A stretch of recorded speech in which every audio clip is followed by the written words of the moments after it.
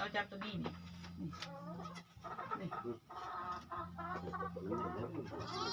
ลูกเหมือนอันนี้ตีนยืดเว้ยตัวนี้พอกันมันกินนม บ่มันตีนใหญ่ต่างกันเว้ยนั่นห่วงลูกมันแม่ละบักอันตัวนี้มันตัวแม่ตัวนี้มันตีนใหญ่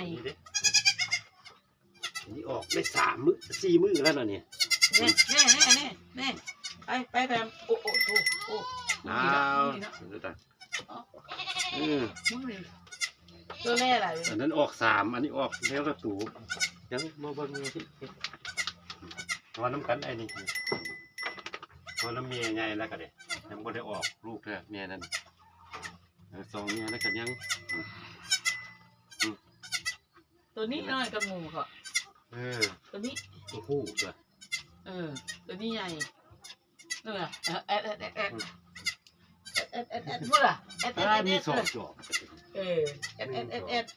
ชนตัวนี้เข่างูมีชนมันห่วงลูกไปใกล้มันหลายมันจะบ่ให้ลูกมันขึ้นเนาะกำลังสิไปโรงเรียนนี่นั่งผิงไฟนึ่งข้าวสุกตะเช้าพุ่นเครื่องก็ยังบ่ได้เอาออกมาขายเลยดอกไฟยังบ่ได้มอดเถอะวันนี้บ่ได้ลงไปหดเครื่องนกขุนเนาะ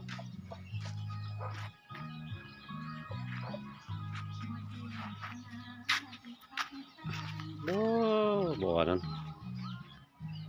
ด้านหลังนั้นเปิดเพลง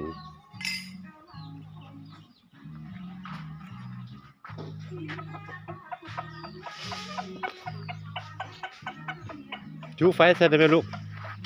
สิไปแก้โค่นอีกแล้วนี่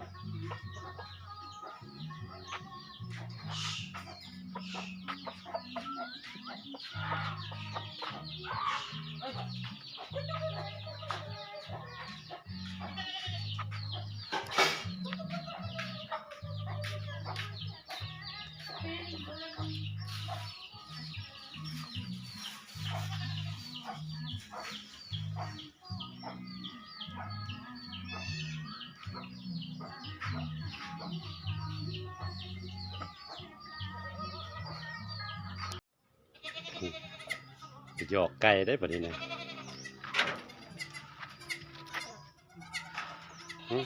ไตขวาขากันป้อม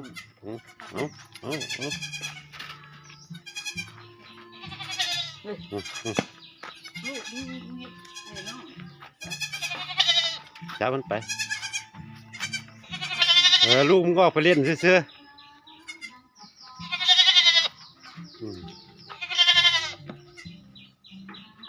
ห่วงนะเรียนมาแล้วก็เต้นดัง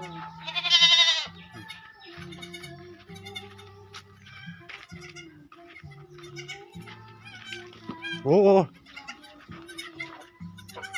มึงไป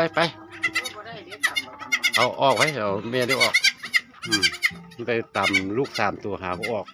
3 โมงเช้า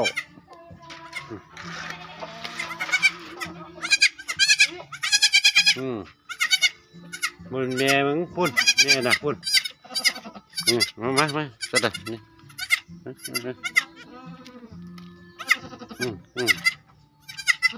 คนละสีมันจื้อผู้เลี้ยงนี่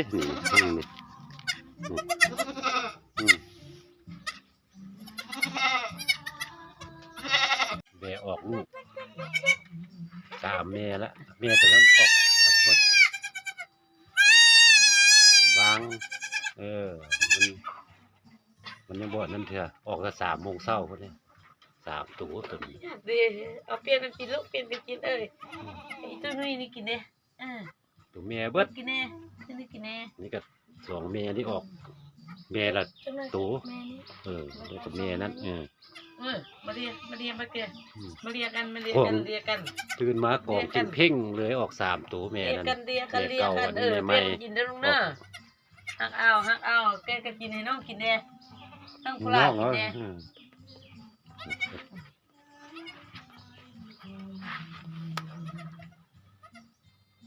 2 แม่นี้ ตัวนั้นออกกับหมูมันตุ๋ยวันนี้ก็ เจ้าละ ดัง น้อย ไฟให้ตลอดเบิ่งดูเบิ่งคักๆเบิ่งดูตัวตัวผู้ตัวหนึงตัวเนี่ย ใช่ ดิตัวนั้นเบิ่งดูเห็นหำมันเนี่ยส่วนได้หักบ่มีเขา มีเขา ยังแม่หนึงนี่นอนดิ เดี๋ยวไปเฮ็ดใกล้เขามันเมเจ้า ตัวผู้ ใครเด้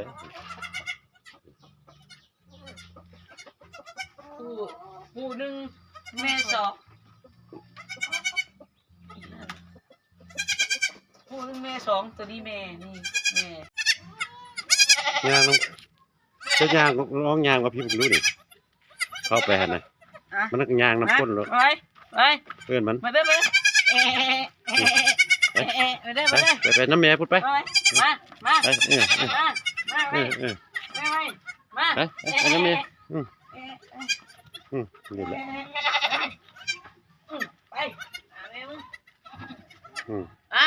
ไป ตัวผู้อ่ะนะไปหา มา จักตัวไหนแก่ตัวไหนอ้ายบ่ฮู้จักเลยว่าเขาบ่ได้ออกมันออกเลยฮะเอามันอยู่ขาเดียว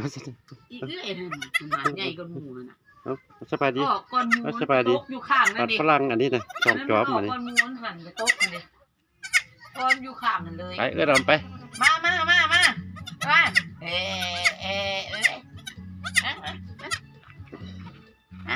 มันตกก้อนหมูในอีนี่เนี่ยนะตกอยู่เบื้องนั้นไปหาแม่ไป อันนี้ก็ลูกแม่ตัวมันออกก่อนอันนี้ใหญ่กว่านี้ ไปที่ซุมานำก้นเถอะเว้ย ถือพาทั้งสองแล้วตัวนี้ก็ได้เอื้อยซุ่ม3ตัวนี้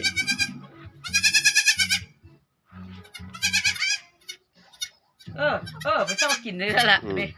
เข้าเท่าละตัวนั้นกินตัวเดียวหั่นน่ะตัวนี้เข้าเป็นคู่นี่นะอ้าวปวดอันนี้นี่หูได้หู เอาไปนำนวบ